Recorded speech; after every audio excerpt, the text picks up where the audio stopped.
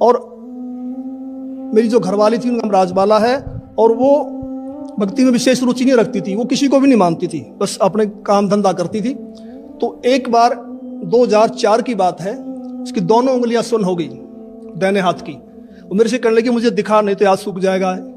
को पड़ोस के कह रहे थे एक हाथ सूख गया, ऐसे ही बीमारी लग गई थी। तो मैं रोहतक में रेडियो स्टेशन के पास गुप्ता जी हैं डॉक्टर हड्डियों के, उनके पास उनको लेके गया। उन्होंने बताया कि उसकी ये गर्दन के पास नसें होती हैं, नस दब गई है। तो उन्होंने एक्सरे लिया, दवाई दे दी, 2 महीने इलाज चलता रहा, कोई फर्क नहीं पड़ा। तो मैंने अंदर गुरुजी से प्रार्थना की, संत रामपाल जी से भक्ति करते समय, कि गुरुजी अगर ये हाथ सूख गया तो बुढ़ापे में हम तो रोटी बगैर भी रह जाएंगे, परेशान होगी तो दया करो। कि गुरुजी अगर ये हाथ सूख गया तो बुढ़ापे में हम तो रोटी बगैर भी रह जाएंगे, परेशान होगी तो दया करो। ये गलती आप और हम भगत भाई बहनों ने नहीं करनी है, वरना गुरुजी के प्रति अविश्वास प्रकट हो जाएगा। 2 पॉइंट। सबसे पहला पॉइंट, महेंद्र की पत्नी राजबाला वो भी कोई ज्ञान को आधार बना के नहीं जुड़ी, अपनी आत्मा के कल्याण के लिए नहीं जुड़ी। अरे जिसका पति हरियाणा पुलिस में एसपी का ड्राइवर, उसको क्यों भक्ति अच्छी लगेगी भाई? बढ़िया टाइम पे टूक मिल रहे, बढ़िया पहनने को कपड़े मिल रहे, गहने गाठी मिल रही, उसको क्या लेना देना बाबाओं से? तो महेंद्र की पत्नी राजबाला भी गुरुदेव के सत्संग सुनकर या उनके ज्ञान को समझकर या काल के कहर से डरकर भक्ति मार्ग से नहीं जुड़ी। जब उसके शरीर पर आपत्ति आई, उस समय उसको सतगुरु की याद आई, और वो भी सतगुरु रामपाल जी भगवान ने जब उसको दर्शन दिए और उसकी पीड़ा समाप्त करी, जिस पीड़ा को लेकर दीवार के सारे पूरी रात रो रही थी, आगे सुनेंगे आप। तब जाकर उसने गुरुजी से दीक्षा ली। कोई ज्ञान गंगा पढ़कर, भक्ति सौदागर का संदेश पढ़कर या सत्संग सुनकर दीक्षा नहीं ली। और महेंद्र क्या कह रहा है कि मैंने गुरुजी से प्रार्थना करी अपनी औरत के लिए। ये गलती भाई और बहनों आप और हमने नहीं करनी है। ये तो जो मर्जी करेगा, हमने इसको देख के नहीं चलना है, नहीं तो हमारी भक्ति पंचर हो जाएगी। हमने चिंता और प्रार्थना केवल यही करनी है, यही रखनी है कि भक्ति दान मोय दीजियो देवन के देवा हो, कि परमात्मा मुझे भक्ति दो, मुझे मर्यादा दो, मैं पंचर ना हो जाऊं। ये पति पत्नियां लाखों करोड़ों मिल चुके हैं, ये परमेश्वर मेरा तो बेड़ा पार कर दो। मैं तो केवल अपनी आत्मा के लिए आपसे प्रार्थना करूंगा मालिक। अगर हमने किसी और के लिए दुआ की, जैसे कि महेंद्र ने अपनी पत्नी के लिए, वो भी अनुपदेशी, और गुरुजी से प्रार्थना कर रहा है, ये गलती आप और हम भगत भाई बहनों ने बिल्कुल नहीं करनी है। इस भक्ति मार्ग पर गुरुजी का संदेशा दे दो, भक्ति मार्ग की जानकारी दे दो, गुरुजी के सुनने के लिए सत्संग दे दो कि भैया परमात्मा धरती पे आए हुए, भक्ति कर, मैं तेरा कहां बचाव करूंगा, और मैं 2 कोड़ी का जीव तेरा क्या बचाव कर दूंगा, मैं खुद मिट्टी का पुतला। लेकिन इसने अपनी पत्नी के लिए प्रार्थना की। यह गलती आप और हम भगत भाई बहनों ने बिल्कुल भी नहीं करनी है। केवल परमात्मा का रास्ता दिखा दो, भक्ति का मार्ग पकड़ा दो। हमने किसी के लिए दुआ नहीं करनी है, प्रार्थना नहीं करनी है। चाहे आपका 2 साल का बच्चा ही क्यों ना भयंकर बीमार हो, आपने उस समय अपने मंत्र पर ज्यादा ध्यान देना है, ज्यादा से ज्यादा सुमरण करना है। अपने बेटे के लिए दुआ नहीं करनी, ये गुरुजी मेरा बेटा ठीक हो जाए, ये गुरुजी मेरा बेटा ठीक हो जाए, एक ज्योति करवा दूंगी, एक पाठ करवा दूंगा। नहीं, वो अंतर्यामी है, सब कुछ देख रहा है, उसकी नजर से कुछ भी छुपा हुआ नहीं है। वो वही करेगा जो उसने करना है, और वो अच्छा तब करेगा जब आप उसको प्रसन्न करोगे। और सतगुरु प्रसन्न होता है मर्यादित भक्ति से। ऐसे समय में ही तो भगत की परीक्षा होती है कि भगत क्या रास्ता अपनाएगा। कहीं ये मोह ममता ये त्रिकुटी पर जाके ना दिखा दे, ये तो फेल हो जाएगा। तो रिहर्सल तो सतगुरु यही करवा के देखेगा ना। तो भाई साहब की रिहर्सल चल रही थी, विकेट पे विकेट गिर रहे थे। तो कहने का मतलब है इसकी पत्नी भी ज्ञान को आधार बना के नहीं जुड़ी, और महेंद्र जी भी भक्ति मार्ग में फैल। हमने ऐसी गलती नहीं करनी, आगे से ध्यान रखिएगा। सुनिए क्या कह रहे हैं कि गुरुजी अगर ये हाथ सूख गया तो बुढ़ापे में हम तो रोटी बगैर भी रह जाएंगे, परेशान होगी तो दया करो।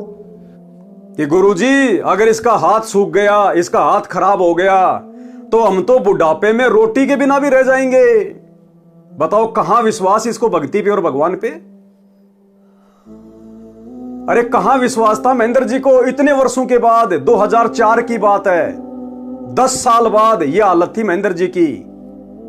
1994 में सतगुरु रामपाल जी से नाम दीक्षा ली और 2004 में कह रहा है कि गुरुजी अगर मेरी औरत का हाथ सूख गया, खराब हो गया, तो हम तो बुढ़ापे में रोटियों के बिना भी रह जाएंगे। वो औरत देगी रोटी बुढ़ापे में, सतगुरु की भक्ति रोटी नहीं देगी, सतगुरु रोटी नहीं देगा, वो औरत देगी रोटी।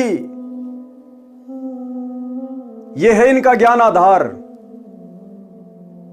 यह है महेंद्र जी का तत्व ज्ञान। आप इनकी संगति कर रहे हैं वर्तमान में, जो खुद अपनी औरत के भरोसे है, ना कि अपने सतगुरुदेव भगवान के भरोसे। हंसी आती है भाई और बहनों, ऐसी ऐसी नादानियां। और आज समाज इनको फॉलो कर रहा है कि हमें इनसे शिक्षा मिलेगी, कुछ सीखने को मिलेगा। क्या मिलेगा आपको? जो खुद अपने गुरु पर विश्वास नहीं करता, अपनी औरत से ज्यादा जिसको अपने गुरु पर और भक्ति पर विश्वास नहीं, उनसे आप क्या सीखेंगे? तो क्या कहा महेंद्र जी ने रामपाल जी से भक्ति करते समय कि गुरुजी अगर ये हाथ सूख गया तो बुढ़ापे में हम तो रोटी बगैर भी रह जाएंगे, परेशान होगी तो दया करो। कि गुरुजी अगर ये हाथ सूख गया तो बुढ़ापे में हम तो रोटी बगैर भी रह जाएंगे, परेशान होगी तो दया करो। देख लिया आपने, सुनिए आगे। कि गुरुजी अगर ये हाथ सूख गया तो बुढ़ापे में हम तो रोटी बगैर भी रह जाएंगे, परेशान होगी तो दया करो। तो जैसे मेरा ध्यान लगा हुआ था, सुमन करते करते वैसे आंख बंद हो गई, तो मुझे गुरुजी खड़े दिखाई दिए और कहा कुछ नहीं होगा बेटा, ठीक हो जाएगी।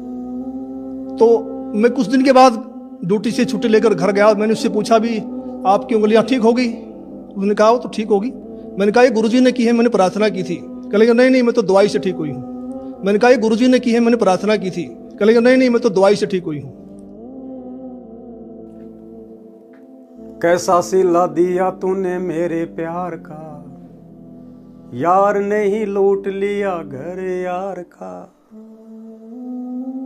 महेंद्र जी तो बड़े खुश हो रहे थे गुरुजी से प्रार्थना करके। गुरुजी ने भी आशीर्वाद दे दिया रात को आके सौपन में कि बेटा सब ठीक हो जाएगा। अरे भाई को बेटा कहने वाला कौन? परमात्मा हो सकता है। भाई को बेटा कहने वाला परमात्मा। अपनी औरत के लिए प्रार्थना कर रहा था, चिंता हो रही थी, और जब जाकर सुबह देखा औरत बिल्कुल सही हो गई, क्योंकि परमात्मा ने कर दी, आशीर्वाद दे दिया गुरुदेव ने। तो भाई साहब ने जाकर अपनी औरत से कहा कि क्या हुआ, ठीक हो गई? हाँ बोले मैं तो ठीक हो गई। तो महेंद्र जी ने कहा कि ये गुरुजी ने ठीक किया आपको, मैंने प्रार्थना की थी। औरत क्या बोलती है, ना ना ना ना, ये तो मैंने गोली दवाई ली थी इसलिए ठीक हो गई। कैसा सिला दिया तूने मेरे प्यार का, यार ने ही लूट लिया घर यार का। अपनी भक्ति का सत्यानाश कर दिया उस औरत के लिए गुरुजी से बारंबार प्रार्थना करके। और उस औरत ने क्या सिला दिया कि नहीं नहीं तेरे गुरुजी ने थोड़ी ठीक किया है, ये तो मैं दवाई लेके आई थी, डॉक्टर ने ठीक किया है, कर लो प्रार्थना, कर लो प्रार्थना। किसके लिए प्रार्थना कर रहा था भैया? क्या जवाब मिला? तो ये गलती भाई और बहनों हमने नहीं करनी है। सतगुरु जिसके जैसे संस्कार हैं वैसा अपने आप उसका ट्रीटमेंट करेगा, अच्छा या बुरा। कर्मों का फल यही परमात्मा देता है। ये ब्रह्मा विष्णु महेश धर्मराज तो खाली निमित्त बने हुए हैं, बैकग्राउंड में सारी फिल्म परमात्मा की चलती है। तो इस स्टेज पर आने के बाद, यह तत्व ज्ञान हमारे हृदय में समाने के बाद, गुरु समझ में आने के बाद, बेटा मरता हो तो मरे, औरत मरनी हो तो मरे, हमने अपनी भक्ति और मर्यादा को प्रथम रख के चलना है। अपना टायर पंचर नहीं करना उनके लिए प्रार्थना करके। वो अंतर्यामी सब देख रहा है, वो वही करेगा जो उस आत्मा के हित में होगा। फिर हम क्यों अपनी ऐसी तैसी करवाएं? फिर क्यों हम गुरुजी को नाराज करें अपनी मूर्खता दिखा के, अपना टायर पंचर करके? तो भाई साहब ने वही गलती कर दी और इसकी पत्नी ने इसको फिर उसका जो परिणाम था वो भी दे दिया कि नहीं नहीं, गुरुजी ने नहीं किया, मैं तो दवाई लेके आई थी उससे ठीक हुई हूं। परमात्मा तो परमात्मा भैया, समर्थ तो अपनी समर्थता दिखाता है।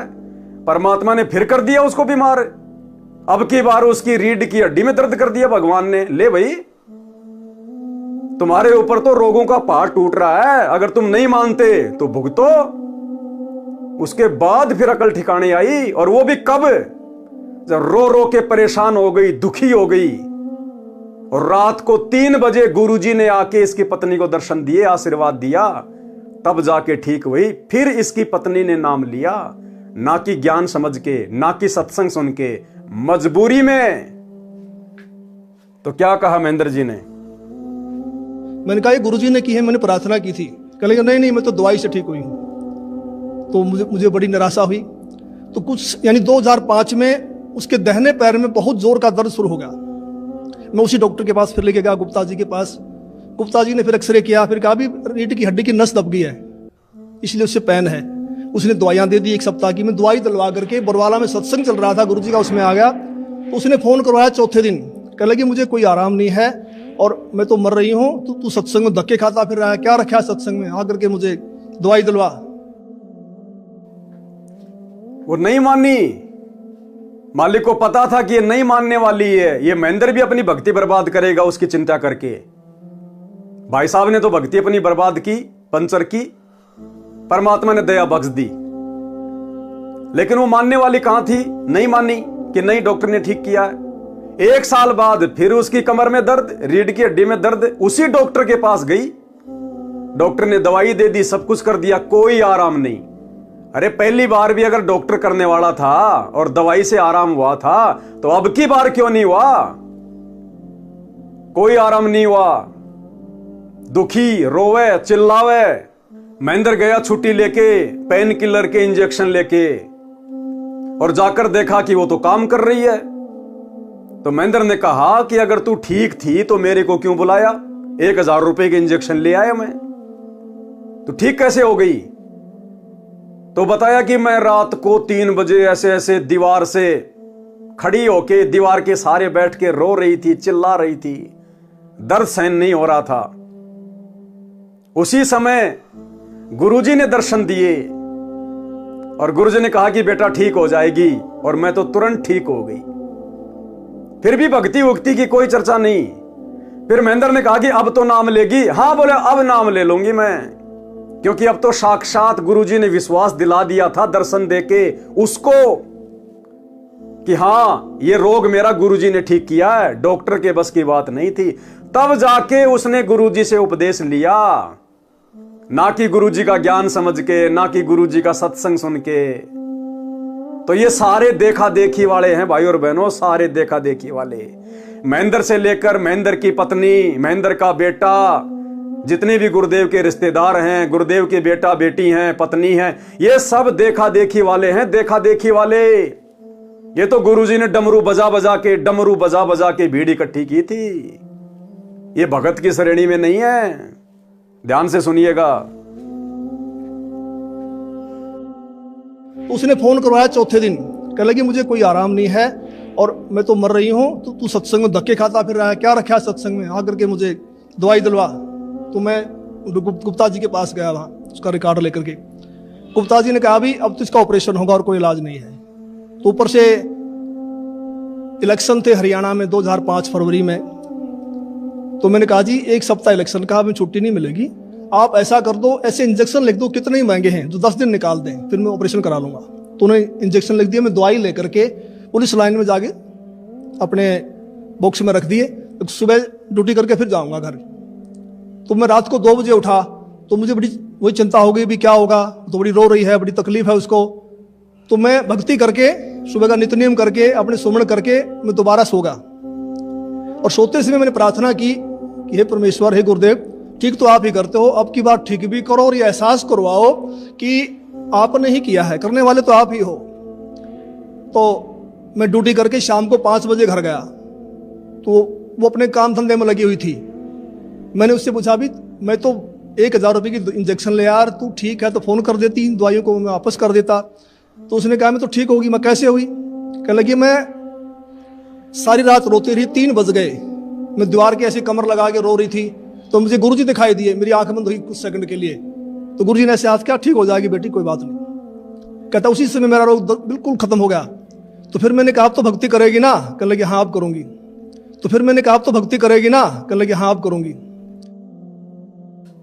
कहने का मतलब है ज्ञान को आधार बना के महेंद्र जी का परिवार भक्ति मार्ग में नहीं जुड़ा था।